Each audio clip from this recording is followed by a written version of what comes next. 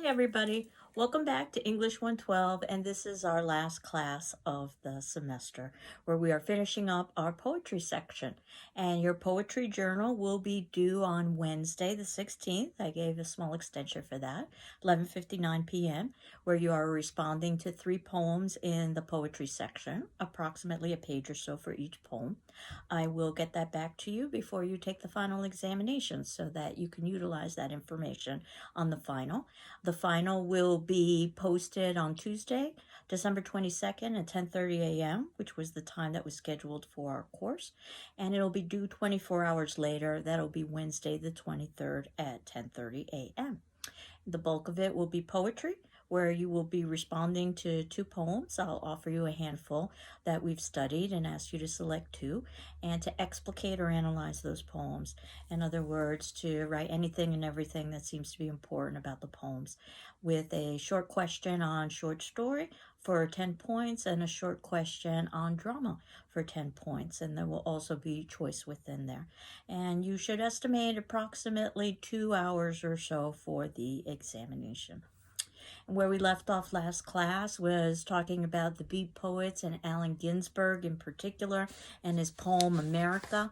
And what I wanted to do today was to finish up with a few poems from more recent times. And just because Allen Ginsberg was pushing boundaries, that doesn't necessarily mean all poems and poets during contemporary times do that. It's one of the reasons why I assigned the poem We Real Cool by Gwendolyn Brooks, and that was written in 1960 on page 662, but you can see I've also included a link for that as well. And this poem, which I will read to you, is a poem that usually was done in school systems. I'm not sure if it still is today, but it reads, We Real Cool by Gwendolyn Brooks, 1960. The pool players, 7 at the Golden Shovel. We real cool. We left school. We lurk late. We strike straight. We sing sin. We thin gin. We jazz June. We die soon. With some questions at the ending to help us think about what might be important. First question is, how does the speech of the pool players help us to characterize them? Notice they're not using formal grammatical language. So the idea is that these are individuals, because they say they left school, individuals who are not very educated. What is the effect of the pronouns coming at the ending of the lines? All of the lines end with the word we, except for the last line, die soon, which doesn't end with we. And this gives this poem the sense of this kind of gang or pack mentality where they're all hanging out in their clique or their homies, however you want to characterize them, thinking that their group can in one way or another beat death. But we all die alone, which is exactly what happens in the last line, where there is no we. And in fact, the lifestyle they're living will mean that they will be dying soon. And the next question is, what is the author's attitude towards the players? Is there a change of tone in the last line? There is this moralistic element to this poem that these kids, we assume, who think they're real cool, basically are wasting their lives, and they will ultimately die soon. And 3, how is the pool hall's name related to the poem and its theme? And you'll see that the poem begins with 2 lines that help to establish a setting. So sometimes a poem can have a setting. The pool players, 7 at the Golden Shovel. And the assumption is that the pool hall's name is the Golden Shovel. Shovel, oftentimes associated with digging one's grave or death, and that's what these pool players are doing. Golden, they are going to be experiencing the exact opposite of golden, though they believe that they're leading a lifestyle that is positive. It will ultimately be negative for them. And perhaps they're even breaking the golden rule. 7, we've got 7 we's, 7 pool players. 7 is supposed to be a lucky number, not for these kids. We oftentimes think of 7 in terms of the 7 deadly sins. We could say that these kids are engaged in all of them. They're pool players, and we talked a little bit about Krebs and Soldiers Home, about shooting, and the suggestion that perhaps these pool players are engaged in violence. The idea, too, that playing pool would have been, I suppose, the 1980s equivalent of hanging out in the video arcade, that this is a place where you would get yourself into trouble. And that they are indeed players. Think about the way that we use that word where somebody is a player, that basically they're taking advantage of someone else. And this poem sometimes is not done in school systems anymore because of the jazzing June, which has been interpreted as a sexual reference, June being a female and jazz being a sexual act. In fact, rock and roll is a sexual act. The poet herself indicates that that was not her intention when she said Jazz June, that she chose jazz because it's a music that's associated with the African American community. The poet is African American, and she was talking about African American youth. And June is, from her perspective, a very non-controversial, beautiful month. When I think about June from an academic perspective, that's usually towards the ending of the school year, where perhaps it might be more likely where people might want to cut school. So I think that this particular poem gives us a good sense of how some of the poetry in contemporary times doesn't necessarily have to shock and doesn't necessarily have to violate convention. And then the next poem that I had assigned was Hazel Tells Laverne by Catherine Michon in 1976, page 641, and I've also given the link. And this particular poem tells a story, and that's one of the reasons why I wanted us to review this poem. That when we were talking about genres and the distinction between short story and drama and poetry, sometimes it's difficult to identify the distinctions between the genres. For instance, we read a short story called Girl, but it looked very poetic, for instance. And this poem, Hazel Tells Laverne, on page 641, while it's a poem, if it were basically formatted differently, it would be a short story. And this poem, which I will also read out loud to you, was written in 1976 by Catherine Michon. Last night, I'm cleaning out my Howard Johnson's ladies' room when all of a sudden up pops this frog. Must have come from the sewer, swimming around and trying to climb up the side of the bowl. So I goes to flush him down. But so help me God, he starts talking about a golden ball and how I can be a princess. Me, a princess. Well, my stomach drops all the way to the floor. And he says, kiss me, just kiss me. Once on the nose. Well, I screams, you little green pervert. And I hits him with my mop and has to flush the toilet down 3 times. Me, a princess. And I know we've read lots of poetry that's been very serious and even very dark. And I like the humor in this particular poem. And Hazel Tells Laverne is an important title because if you knew your television shows, and in 1976, this would have been the height of television, you would know that Laverne was a famous TV character from a television show entitled Laverne and Shirley, where basically she worked in a brewery. She was a working class woman. And Hazel was from a TV show from the 1950s, who was a maid, also a working class woman. And using these names, they're supposed to evoke images of 2 women who basically are engaged in rather menial labor. And they're speaking to one another. And as they talk to one another, they talk about how last night I was cleaning out my Howard Johnson's ladies' room.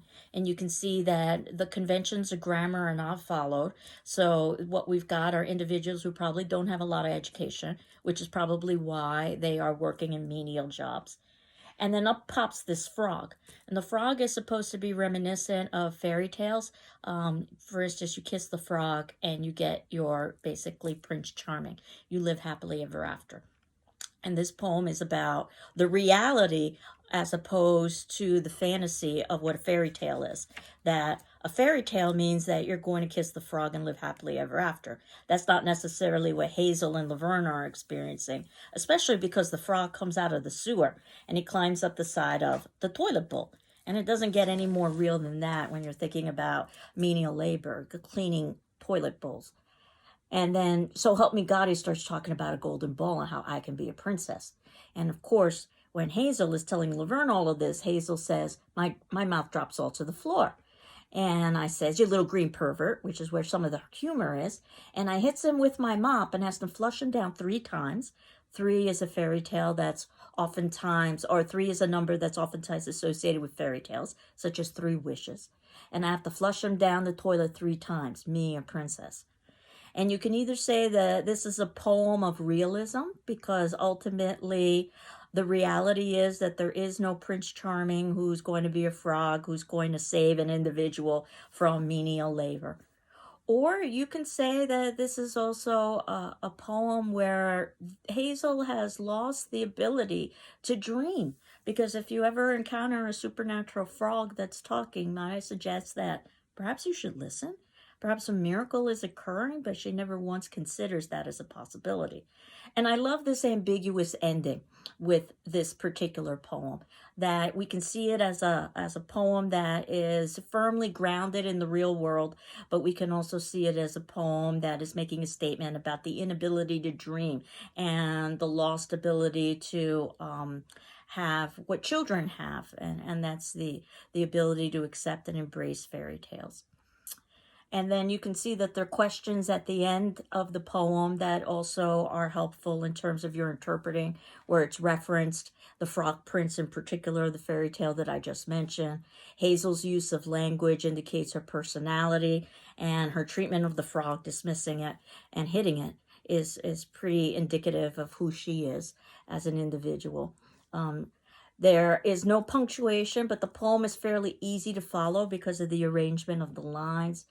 And if we wanted to think about yet another poem that's doing something rather interesting and unique during this time period, that would be the poem that I had assigned entitled The Lover Not Taken by Blanche Farley in 1984. And you can see that we're getting closer to contemporary times. This particular poem happens to be on page 797. And the particular reason why I wanted to assign this poem is because it is a parody. And basically what a parody is, it's a mimicked exaggeration for humorous effect. So this could be another poem that has a tone that's somewhat humorous. And I'm hopeful that when I read this poem to you, it will sound familiar, or at least it will remind you of another poem that we've read. Blanche Farley, The Lover Not Taken, 1984. Committed to one, she wanted both. And mulling it over, long she stood, alone on the road, loath to leave, wanting to hide in the undergrowth. This new guy, smooth as a yellow wood, really turned her on. She liked his hair, his smile. But the other Jack had a claim on her already, and she had to admit he did wear well. In fact, to be perfectly fair, he understood her. His long, lithe frame beside hers in the evening tenderly lay. Still, this blonde guy dropped by some day. Couldn't Way just lead on to Way? No, for if Way led on to Way and Jack found out, she doubted if he would ever come back. Oh, she turned with a sigh. Somewhere ages and ages hence, she might be telling this. And I, she would say, stood faithfully by. But by then, who would know the difference? With that in mind, she took the fast way home, the road by the pond, and phoned the blonde. And I'm very hopeful that you recognize The Road Not Taken by Robert Frost, and the questions at the ending will help you with that as well. To what degree does this poem duplicate Frost's style, and how does it differ? And that's the idea of what you get with a parody, which is question 2.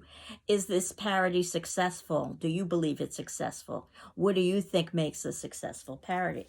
And obviously she's using enough of Robert Frost, The Road Not Taken, so that it's recognizable. But yet she's changing it, and she's modernizing it for 1993. And also Robert Frost's poem was written by a male, and this poem happens to be written by a female, which perhaps is one of the reasons why we are given not a general choice, but a specific choice, and our expectations are perhaps upset.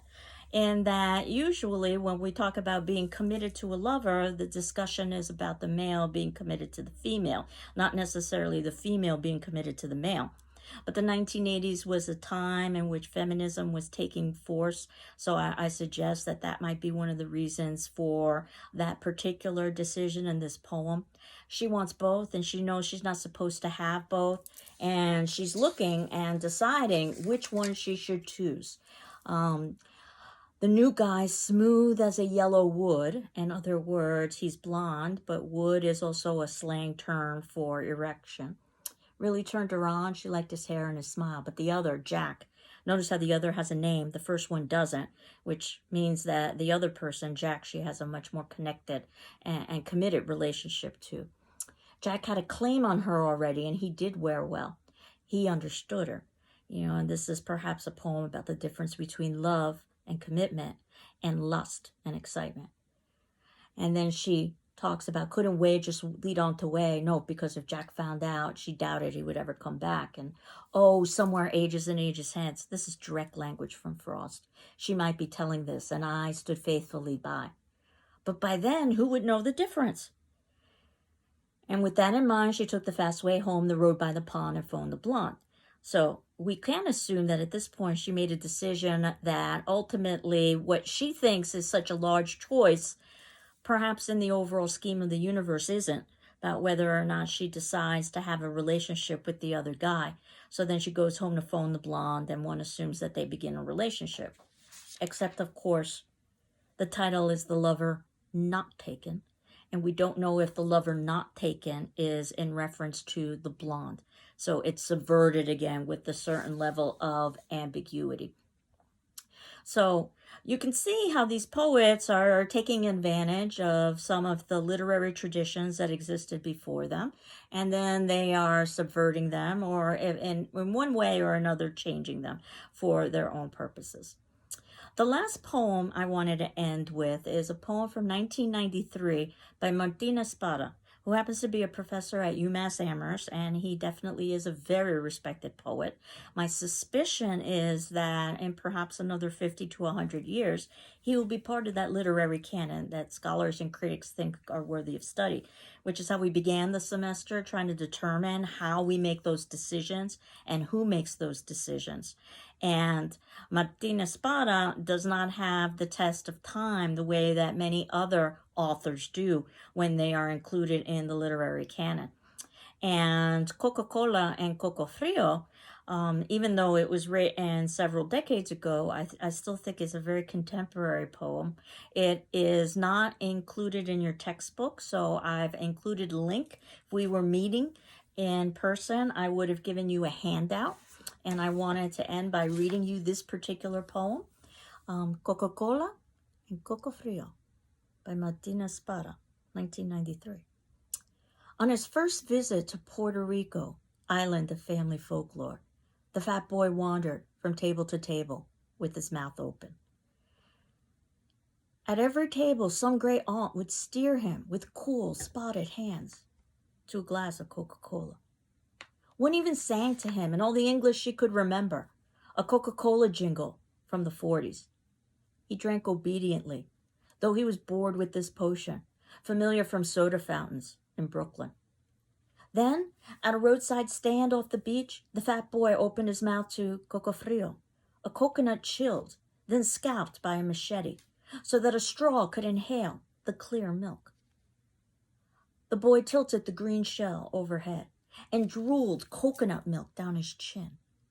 Suddenly, Puerto Rico was not Coca-Cola or Brooklyn, and neither was he. For years afterward, the boy marveled at an island where the people drank Coca-Cola and sang jingles from World War II in a language they did not speak, while so many coconuts in the trees sagged heavy with milk, swollen and unsuckled. And I have to tell you, I absolutely love this poem, perhaps because I myself am Puerto Rican. And you need to understand something about Puerto Rico in order to understand this poem. And Martin Espada is Puerto Rican as well. Puerto Rico is a commonwealth of is a territory of the United States.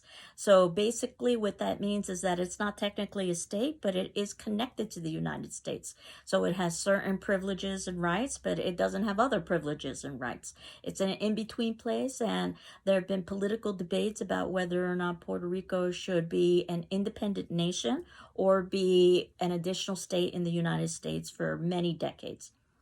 Many Puerto Ricans who are United States citizens immigrated to New York City, and this is true of Martin Espada's family as well, where they came to New York City when he was a very young boy.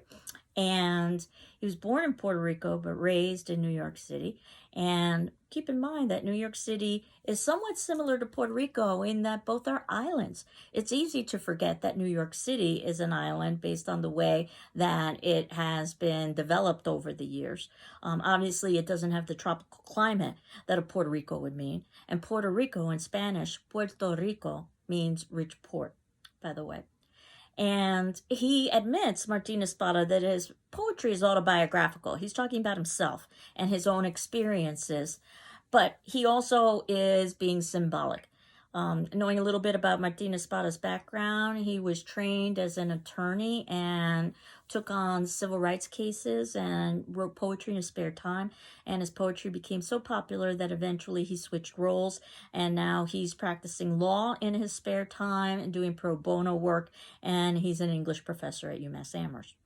So if you go to Amherst, you could actually speak to the poet himself if you so wanted and get a sense as to what his thinking was in this particular poem and some of his others. And this is definitely a poem about assimilation and what happens in a situation where you've got a cultural clash. And it's a theme that we've talked about before in other texts in the semester. And that his first visit to Puerto Rico was a place of folklore from his family, because this is where his family lived. Remember, he was born and raised in New York City. And the fat boy, and he says, Martin Espada, that he literally was a fat boy, but fat boy is a great symbol for the United States, that the United States and United States citizens are very fat, and that they overconsume, and they're very privileged. Wander from table to table with his mouth open, so that even though the boy is fat, literally and symbolically, there's still hunger. And the hunger is basically for cultural identity. At every table, some great aunt would steer him with cool spotted hands. The hands are spotted because the great aunts are old, so we're talking about the older generations.